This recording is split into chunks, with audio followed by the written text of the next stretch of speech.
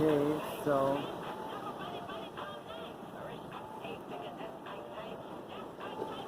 I'm back today. It's August 30th, 2019, and yesterday I got cut off. I came later to the beach, so it's been a really weird summer, really windy, really cold, and rainy, and whatnot. So this is a continuation. I finally remembered to get some Post-its. I always forget to get Post-its, which I think is the best thing when you are, making notes, reading a book, because as I saw yesterday, I was not able to locate none of the material. So this is the first post that I did this morning in the train. It's like an hour and a half ride to get here. So I separated this page because it's page 336, and because I always say that rats can have bunnies. A rat cannot give birth to a rabbit. So and that's the insanity of us thinking that this generation might be better than the other generations, and the other generations because they used to own slaves and whatever, and now I guess they call it progressism or incrementalism. I'm not really sure. I didn't go to school for that. I didn't go to school at all. So. But he says something that is not similar at all, but it's using animals and different animals. He drew an analogy to farm fowls to make his point. It's impossible for a chicken to produce a duck egg. Chickens don't lay dog eggs, right? Even though they both belong to the same family of fowl, the system in this country cannot produce freedom on African American. For an African American.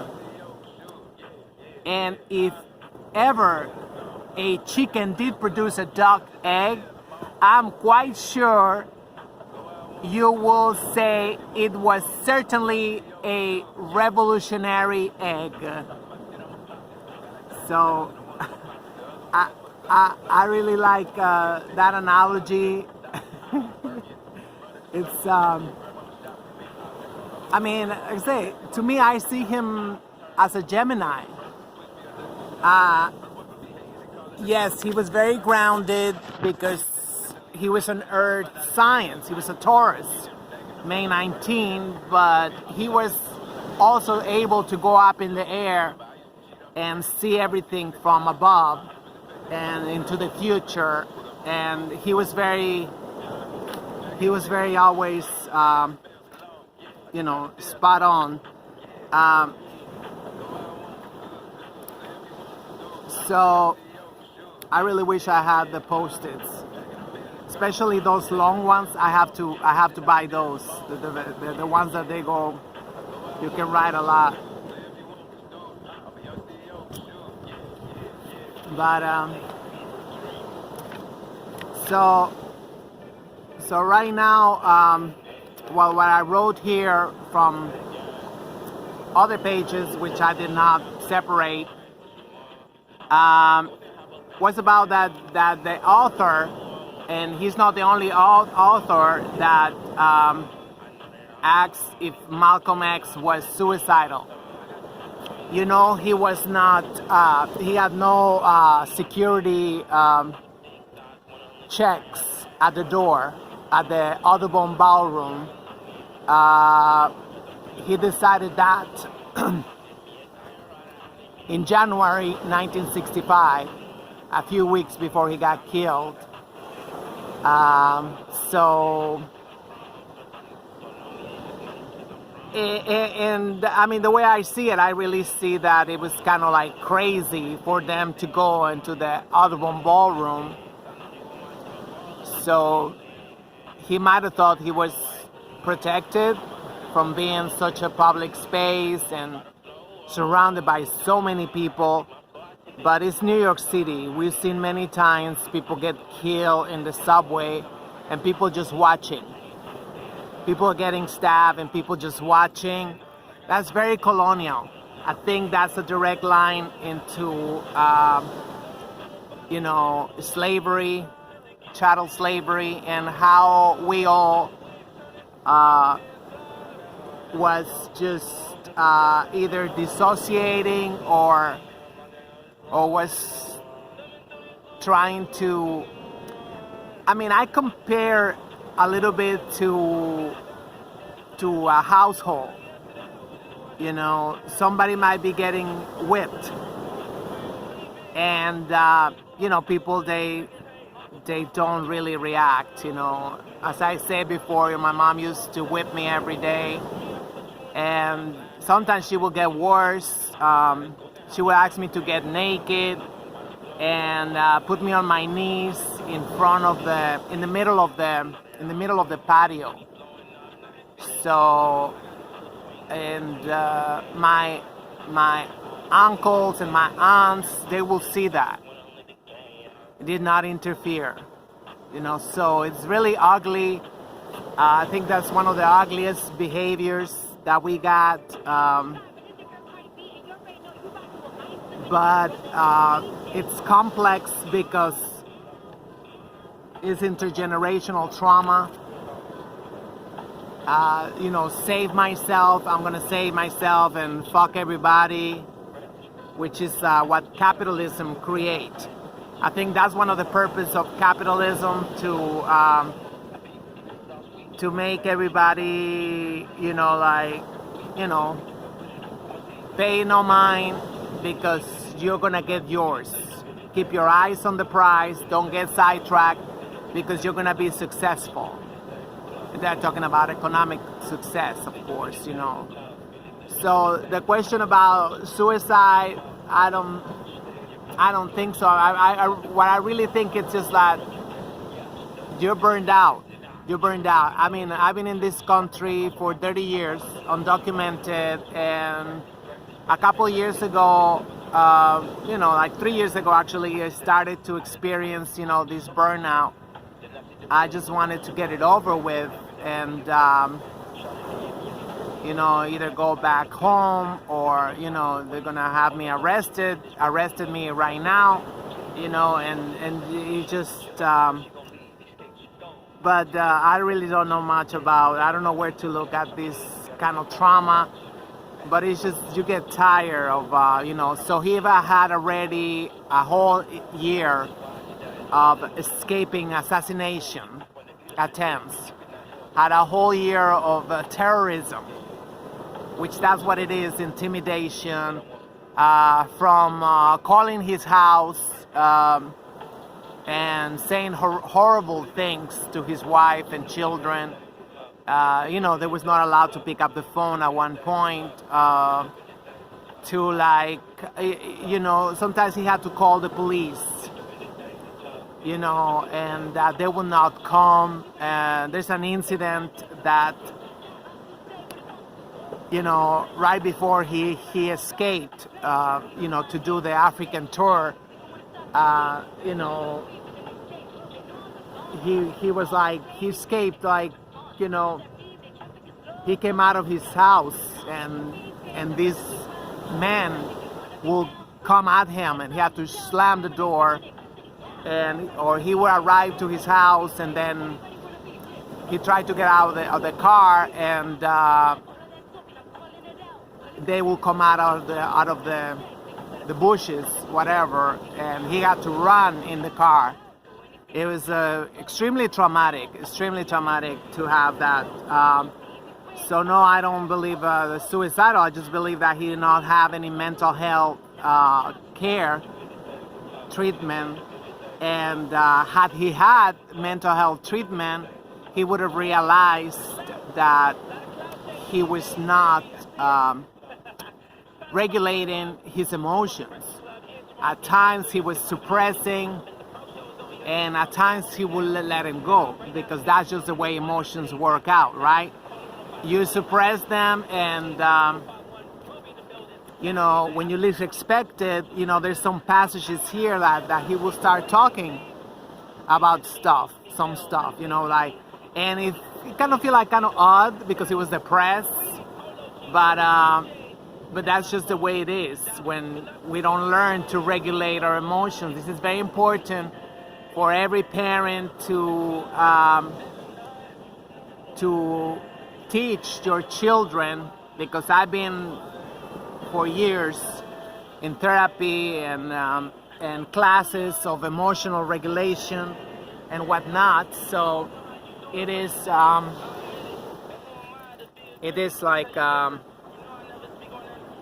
think one of the most important skills you can teach your children, how to allow them to be their emotions without, you know, overtaking them, or without them trying to suppress them. I'm getting tired, sorry. So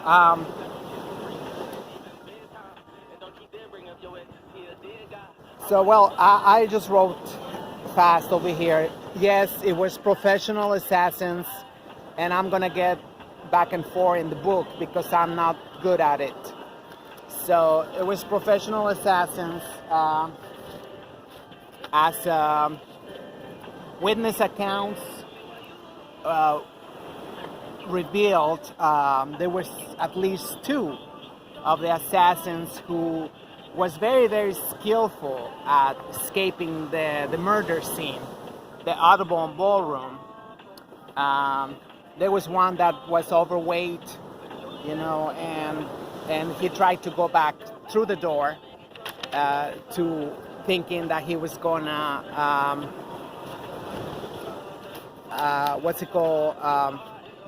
with the confusion, he was gonna be able to escape. So, but so yeah, definitely. I mean, if anybody would debate, this was professional assassins. This was infiltrated people in the Nation of Islam who actually they tried, you know,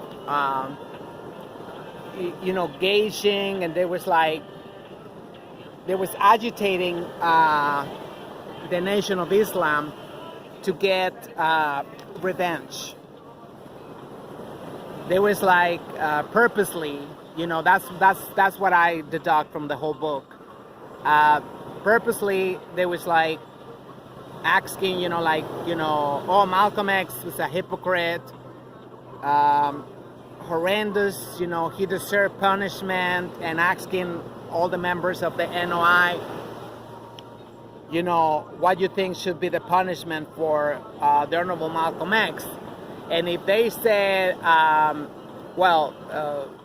capital death, capital punishment, you know, then, you know, that's how they got to recruit a couple of guys into this. But he was a moving target. He was a moving target, and you know, he was very strategic. It was well, I don't want to get too much ahead of myself, but definitely everything point out. Especially, there's a couple of assassins who throughout their lives they got preferential treatment because, you know, they continue to get in trouble. Yes, there was informants, and then there was even more than informants in this case, you know, assassins, you know. So they got one of them, he got his personal lawyers. I'm talking about Newark, New Jersey, and you know, got exonerated and whatnot, and it talked about the book how he actually almost escaped had it not been because of the internet, that people started putting things together and found out, you know, he was truly, he reinvented himself. He got married, had children, and even further, he wasn't endorsing Cory Booker just a few years ago. He did a commercial spot, whatever they call him, endorsing Cory Booker, who's running right now for president of the United States. He's a senator now, but at that time he was running for mayor of Newark, New Jersey. So so that's insane, you know. That's how shameless they is, you know. It's like if you ever heard about the Challenger explosion in Florida, which it was a spaceship was supposed to go out of space and exploded in front of everybody on television. Well, you know, people been showing videos, people been showing pictures of all of them.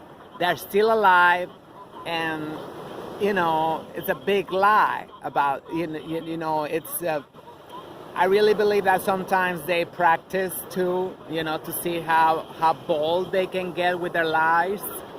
So yeah, it was very definitely outrageous lies, because these motherfuckers, they went on with their lives like nothing happened because they was protected by the government.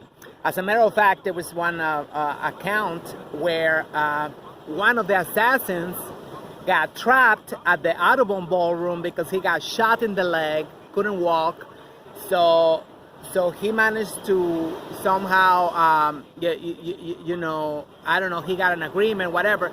So somebody, you know, not somebody, I'm sorry, I'm getting confused.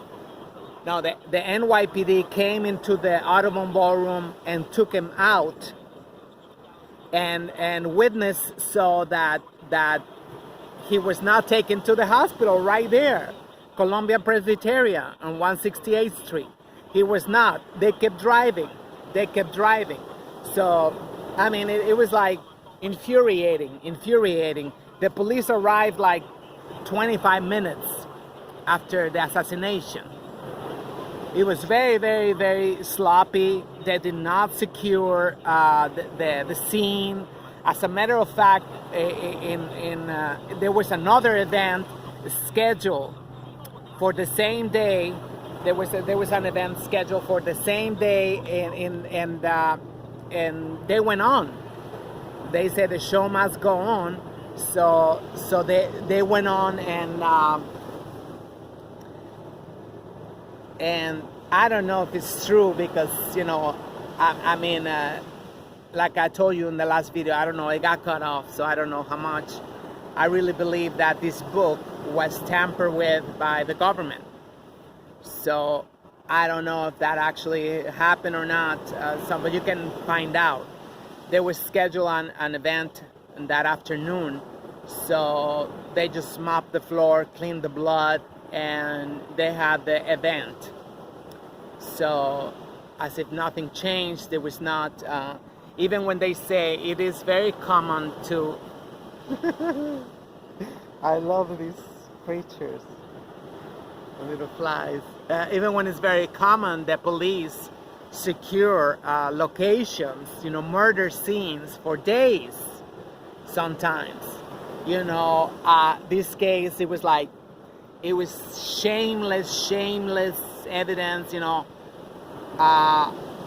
All they care about, the police, was that people was not gonna find out right there about their agents, rescuing their agents and securing the identity of their agents. I think that's the only priority that was, because the police never came. There was police, but they was outside. and people was enraged. It's a lot of stuff that we really don't know. There was no social media. Had there been social media, there would have been some fantastic riots right there, some really, shutting shit down, So one of these NYPD officers, whatever they're called, his name is Gary Fulcher. Jerry Fulcher.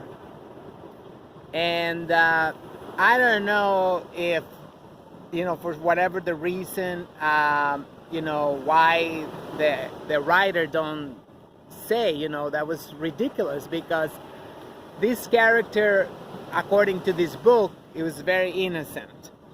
It was very innocent because he was one of the ones who was listening to the calls. He was listening to the calls and recording. So he said it was very kind of like a difficult, back then to wiretap, the phones.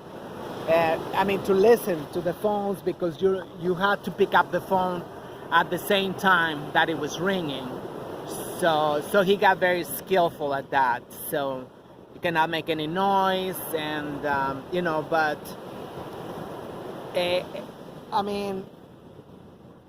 he said that he was actually telling his boss that this guy is exactly what you want. He's doing exactly what you want African Americans to do. He wanna take African Americans out of welfare. He wanna make your life a lot easier by making giving them jobs and stuff, so they won't have to be criminals. So this is why I really feel really weird about this book. The fact that I really think that it was totally tampered. It was a slap in the face from the NYPD or the FBI, this book, because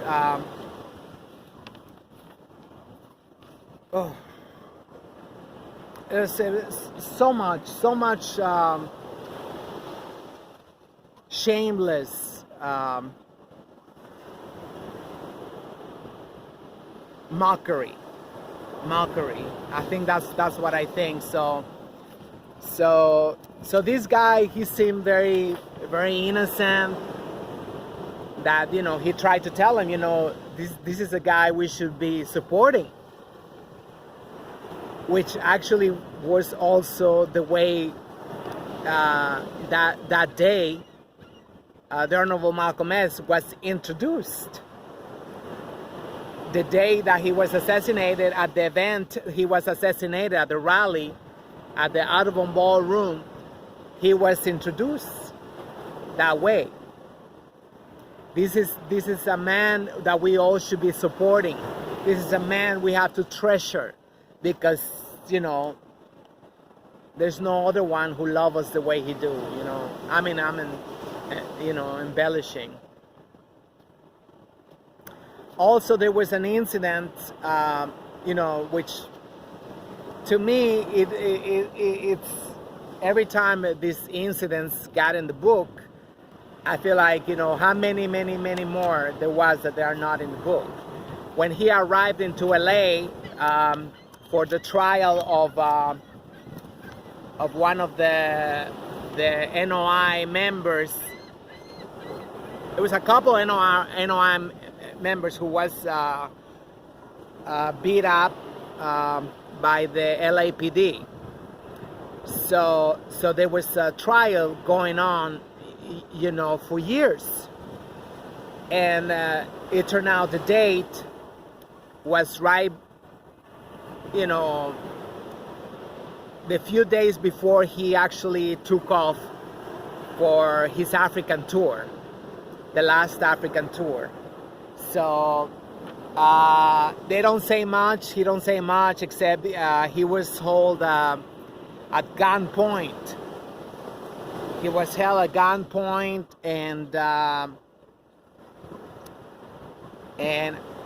think he was beat up. He was beat up. Malcolm X was beat up, held at gunpoint to prevent him from going to the trial, and he was very. He was supposed to. He was just supervising, but he was like, you know, making comments to the press, and he was sitting in the audience, and you know, you gotta read that part. I mean, basically, you read the last part of the book, which is the one that is insane. You cannot believe anybody live like this. You cannot believe nobody live like this. You know, escaping death over and over, and him fooling it, you know, sneaking in and out. You know, it was a moving target. He was a moving target. So this is like, you know, what the note that I put in here. All right, so this one. So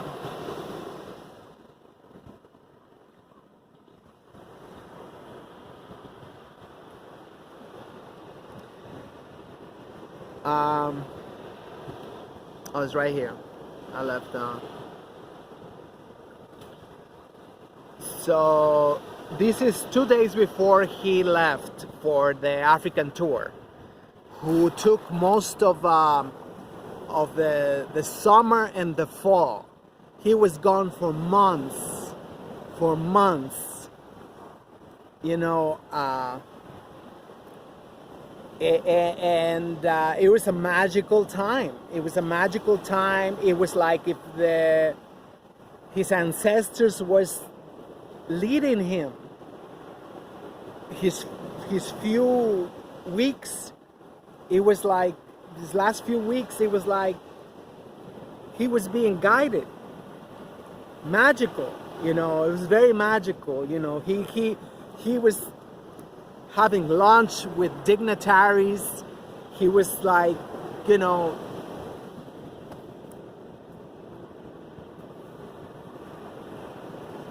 it's very emotional because they didn't give a fuck.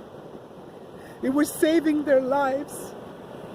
It was saving all our lives. Didn't matter. Didn't matter to a lot of people.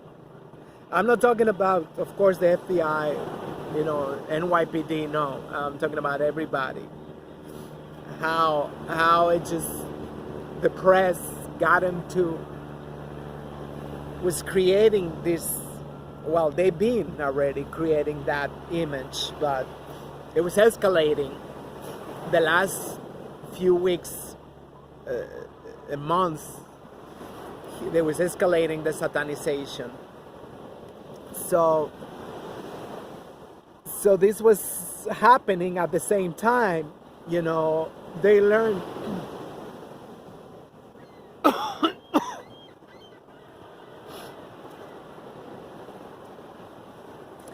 Three volunteers in Mississippi disappeared. So he was planning a rally before the African tour. Basically in the book, that's all they tell you. You know, they had one meeting. They were the beginning of the planning of the African tour. And then he was gone. He was gone. That was it. You know, but let me read you a couple of paragraphs.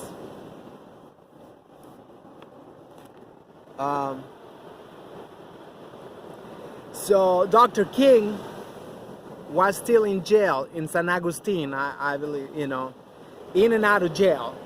Imagine just those times that we take for granted today, you know. So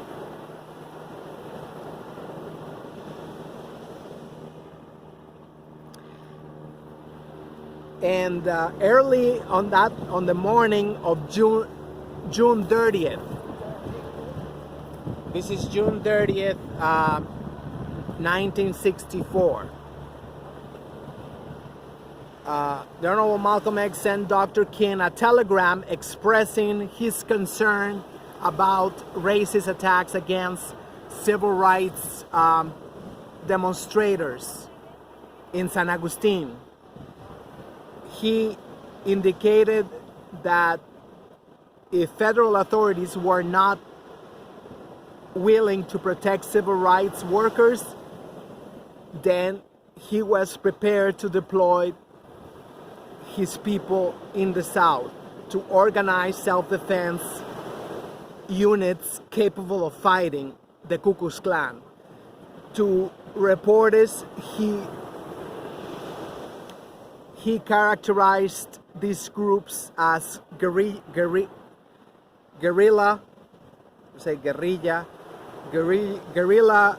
squads. The Klan elements in the South are well known. We believe that whenever they strike against African Americans, the African Americans have a chance to strike back. So imagine if Dr. King had said, okay, so tell me more about these squads you are sending down south. And there's no doubt in my mind that the power of convocatory, I don't know how to say that in English, of the Honorable Malcolm X, he would have rallied